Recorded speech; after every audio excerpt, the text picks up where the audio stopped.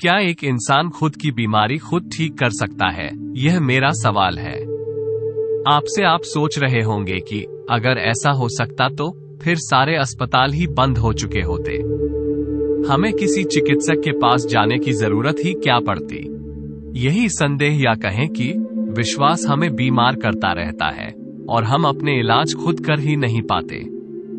हमें खुद पर विश्वास ही नहीं होता कि हमारा मन, हमारा शरीर, हमारा दिमाग अपनी बीमारी खुद ठीक कर सकता है।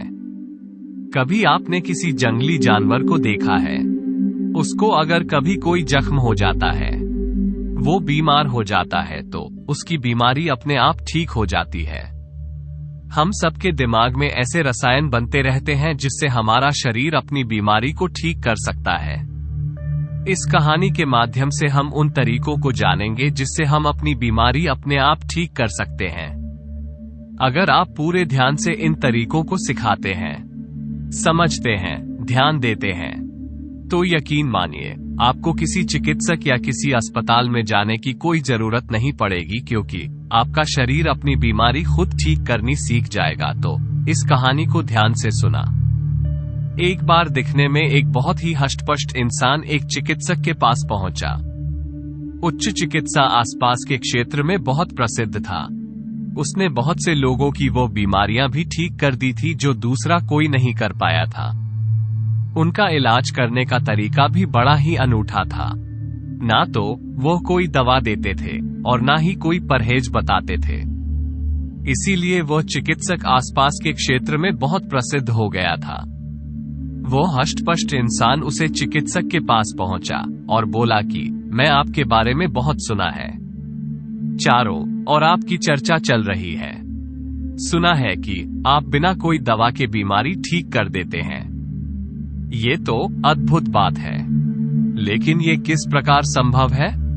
बिना दवा के हम अपनी बीमारी कैसे ठीक कर सकते हैं? उसे इंसान ने कहना शुरू किया कि दिखने में तो मैं बहुत हष्टपुष्ट लगता हूँ, बहुत मोटा लगता हूँ, लेकिन मेरा यह मोटापा मेरी बहुत सी बीमारियों का कारण बना हुआ है। कोई कहता है कि तुम अपना मोटापा घटा को, कोई कुछ कहता है, कोई दवा देता है, लेकिन मेरी बीमारियां ठीक नहीं हो पाती।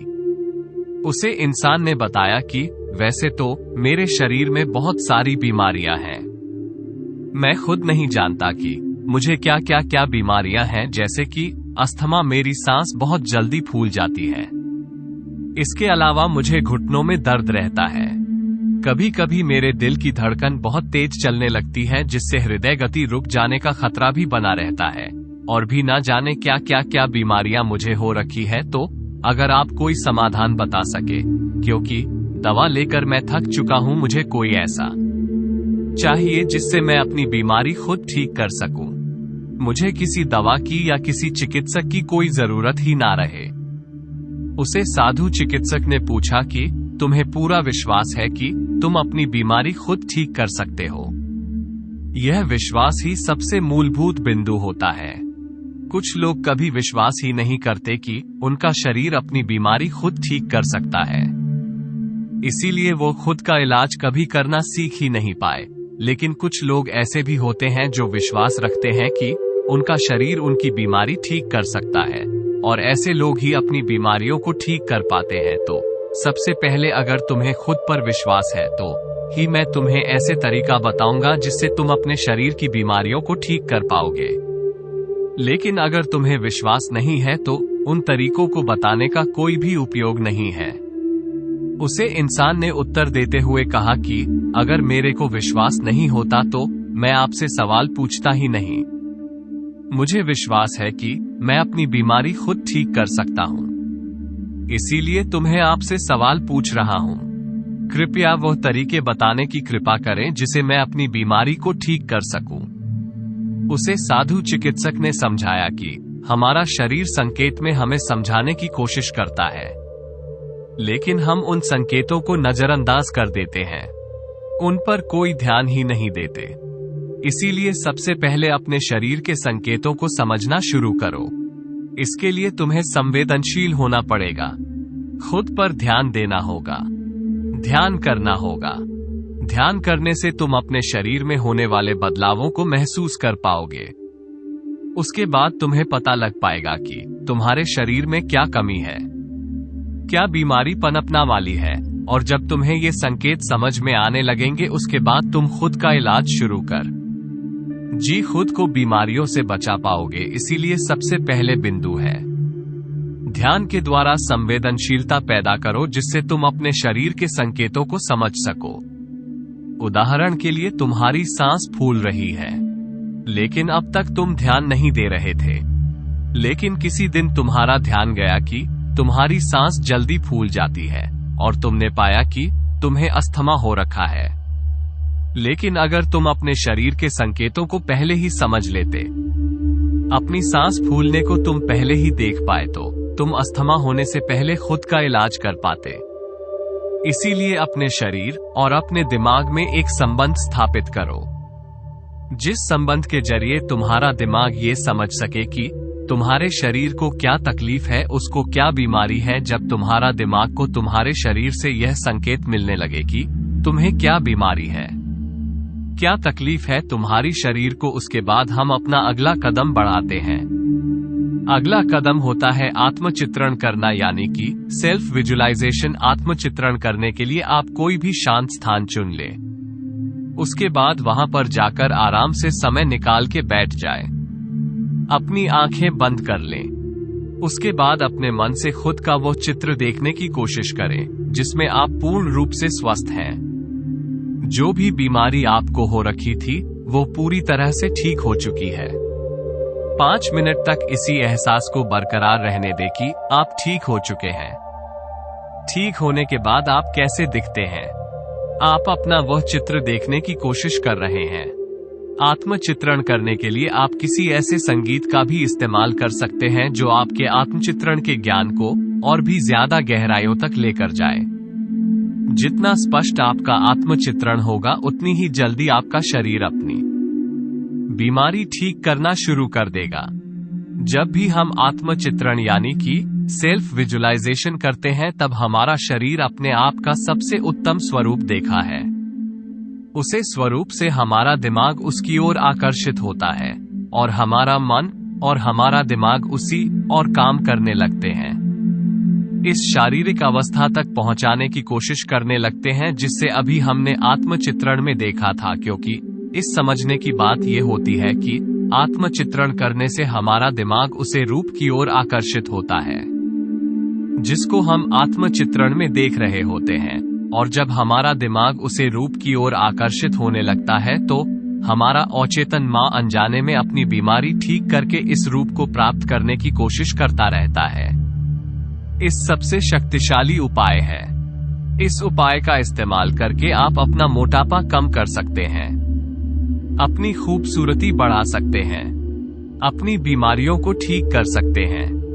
बिना किसी चिकित्सक या किसी दवा की सहायता से हमारे दिमाग और हमारे अवचेतन मन में ब्रह्मांड की सारी शक्तियां उपलब्ध होती हैं, लेकिन हम उन्हें खोल नहीं पाए, उनका इस्तेमाल करना सीख नहीं पाए, क्योंकि हमें उन प्रक्रियाओं का नहीं पाता जिससे हम उन शक्तियों को जागृत कर सके।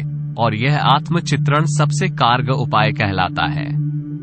उन शक्तियों को जगाने का बस ध्यान रहे।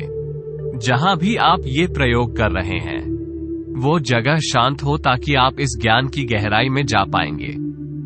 इस ज्ञान की गहराई में जाने के लिए आप कोई शांत संगीत या कोई ध्वनि का भी इस्तेमाल कर सकते हैं।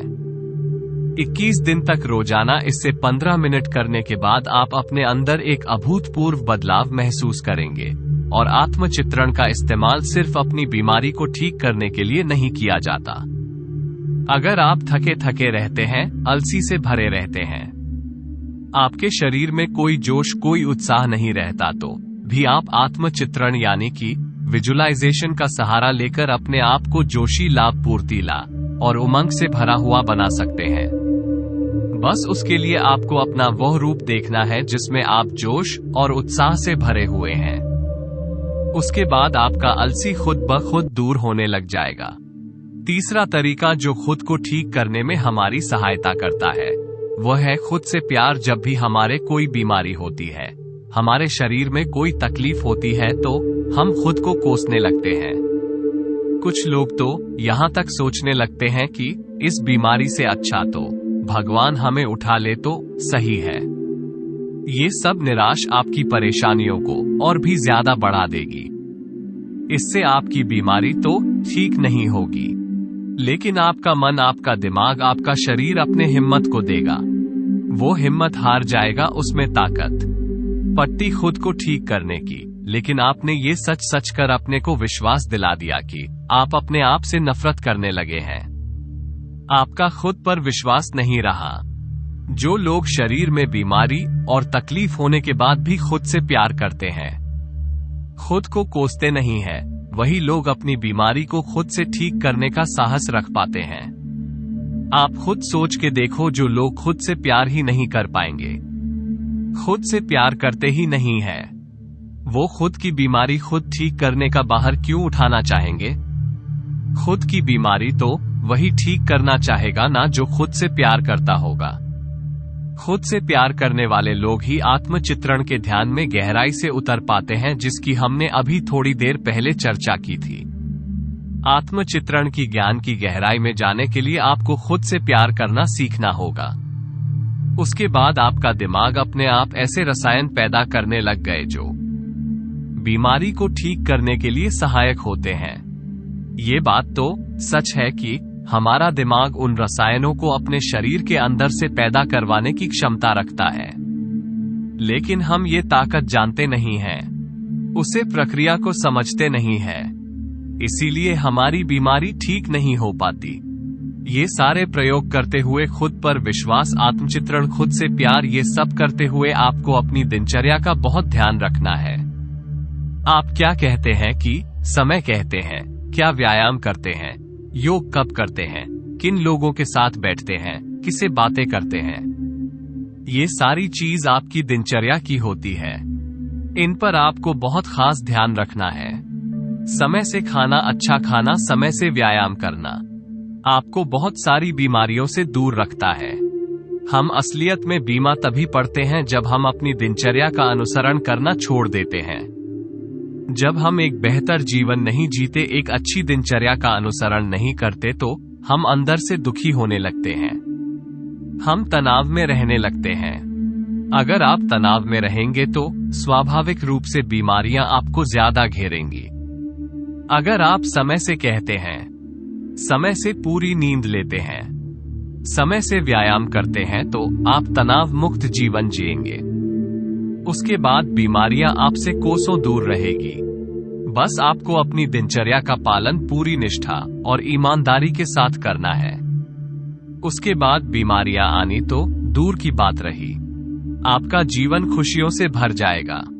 अपनी बात को आगे बढ़ते हुए साधु चिकित्सक ने समझाया कि अपने अवचेतन मन को अपनी बीमारियों को ठीक करने के काम पर लगाना सीखो। हम सबके अवचेतन मन में बहुत सारी शक्तियां बसी हुई है, बस हमें अपने अवचेतन मन से काम करवाने की प्रक्रिया नहीं पता। इस प्रक्रिया को बताते हुए साधु महाराज ने बताया कि जब भी तुम अपने बिस्तर पर सोने के लिए जाते हो, तो सोते वक्त बस अपनी आंखों को बंद करके अपने दिमाग को शांत करके खुद को यह एहसास दिलाओ कि तुम्हारी बीमारियां ठीक हो रही हैं। धीरे धीरे समय के साथ तुम्हारी बीमारियां जड़ से खत्म हो जाएगी। जब तुम ऐसा सोचते सचदे अपने बिस्तर पर सो जाते हो, उसके बाद आपका अवचेतन मन अपना जादू दिखाने लगता है। आपका अवचेतन मन सोने के बाद भी आपके लिए काम करता रहता है, लेकिन आपको ये पता नहीं होता। और सोने से पहले जिस काम पर भी हम अपने अवचेतन मां को लगा देते हैं, पूरी रात वो इस चीज पर काम करता रहता है। रोज रात को यह अभ्यास करने से आप सुबह बहुत अच्छा महसूस करेंगे, क्योंकि धीरे धीरे आपका शरीर अपने आप ठीक होने लगेगा। आपके अवचेतन मन की शक्तियां जागृत होने लगेगी और वो आपकी बीमारियों को ठीक करने लगेंगे। लेकिन ये हमें रोज सोने से थोड़ी देर पहले करना है। अगर हम इस दिन में करेंगे तो दिन में तो हम दूसरे कामों में व्यस्त रहते हैं, तो हमारे अवचेतन मन को समय ही नहीं मिलता उसके लिए काम करने का। लेकिन रात में सोते वक्त जब हमारा चेतन मन शांत हो जाता है, तब हमारा अवचेतन मन जागृत होता है और तब वह अपनी पूरी शक्ति के साथ आपके लिए काम कर पाता है। साधु चिकित्सक ने बताया कि आज चाहे विज्ञान कितना भी आगे क्यों ना निकल गया हो, लेकिन आज भी बहुत सारी बीमारियां ऐसी होती हैं जिनका विज्ञान को भी कोई अट्टा नहीं होता। बड़े बड़े चिकित्सक तुम्हारे शरीर में वो बीमारियां ढूंढ नहीं पाते हैं, लेकिन फिर भी तुम उन बीमारियों से परेशान रहते हो।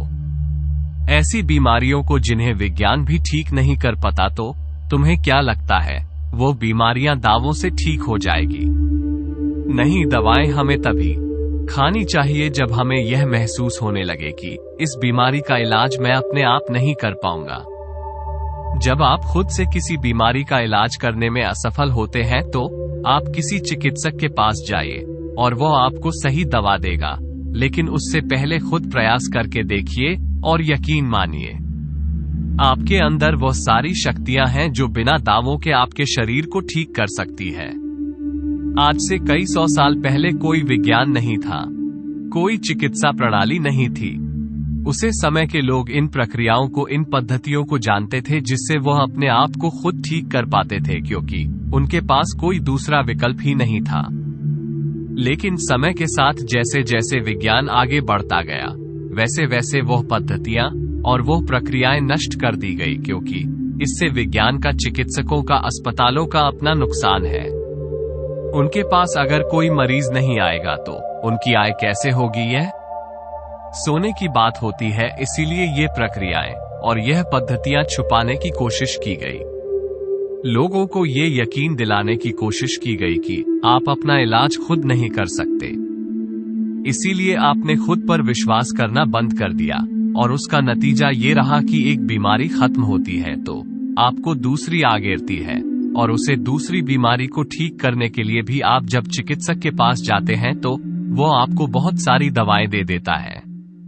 वो दवा उसे बीमारी को तो ठीक कर देती है, लेकिन उसे दवा से हमारे शरीर में और न जाने क्या क्या बीमारियां पनपना लगते हैं। इस कहानी के माध्यम से उसे साधु चिकित्सक ने उसे इंसान को ये समझने की कोशिश की कि तुम अपना इलाज खुद करने में सक्षम हो। इस बात पे विश्वास करो, इस पर यकीन करो, और जो प्रक्रियाएं मैं तुम्हें बताई है, अगर उनके अंतर्गत तुम काम करोगे तो ठीक 21 दिन के बाद मेरे से वापस आकर मिलना। उसके बाद तुम बताना कि तुमने अपने अंदर क्या बदलाव महसूस किया, क्या तुम्हारी बीमारियां ठीक हुई या नहीं हुई। और यह कहते हुए वह साधु चिकित्सक अपने दूसरे शिष्यों के पास चले गए जो उनसे इन पद्धतियों और इन प्रक्रियाओं के बारे में ज्ञान ग्रहण करने के लिए आते थे। उसे इंसान ने भी निश्चय किया कि वह 21 दिन तक रोज इन प्रक्रियाओं का पालन करेगा और उसके बाद फिर से इन साधु से आकर मिलेगा, और जो भी बदलाव वह महसूस करेगा वह ईमानदारी से वह सारे बदलाव इन साधु चिकित्सक को बढ़ाकर जाएगा। और यही सोच विचार करते हुए वह इंसान वहां से प्रस्थान कर गया। तो दोस्तों, कैसी लगी ये कहानी? आपको कमेंट सेक्शन में जरूर बताना, और अच्छी लगी हो तो इस चैनल को सब्सक्राइब करके नोटिफिकेशन बिल को जरूर प्रेस कर देना। तो मिलते हैं किसी अगली कहानी में, तब तक के लिए अपना ख्याल रखें।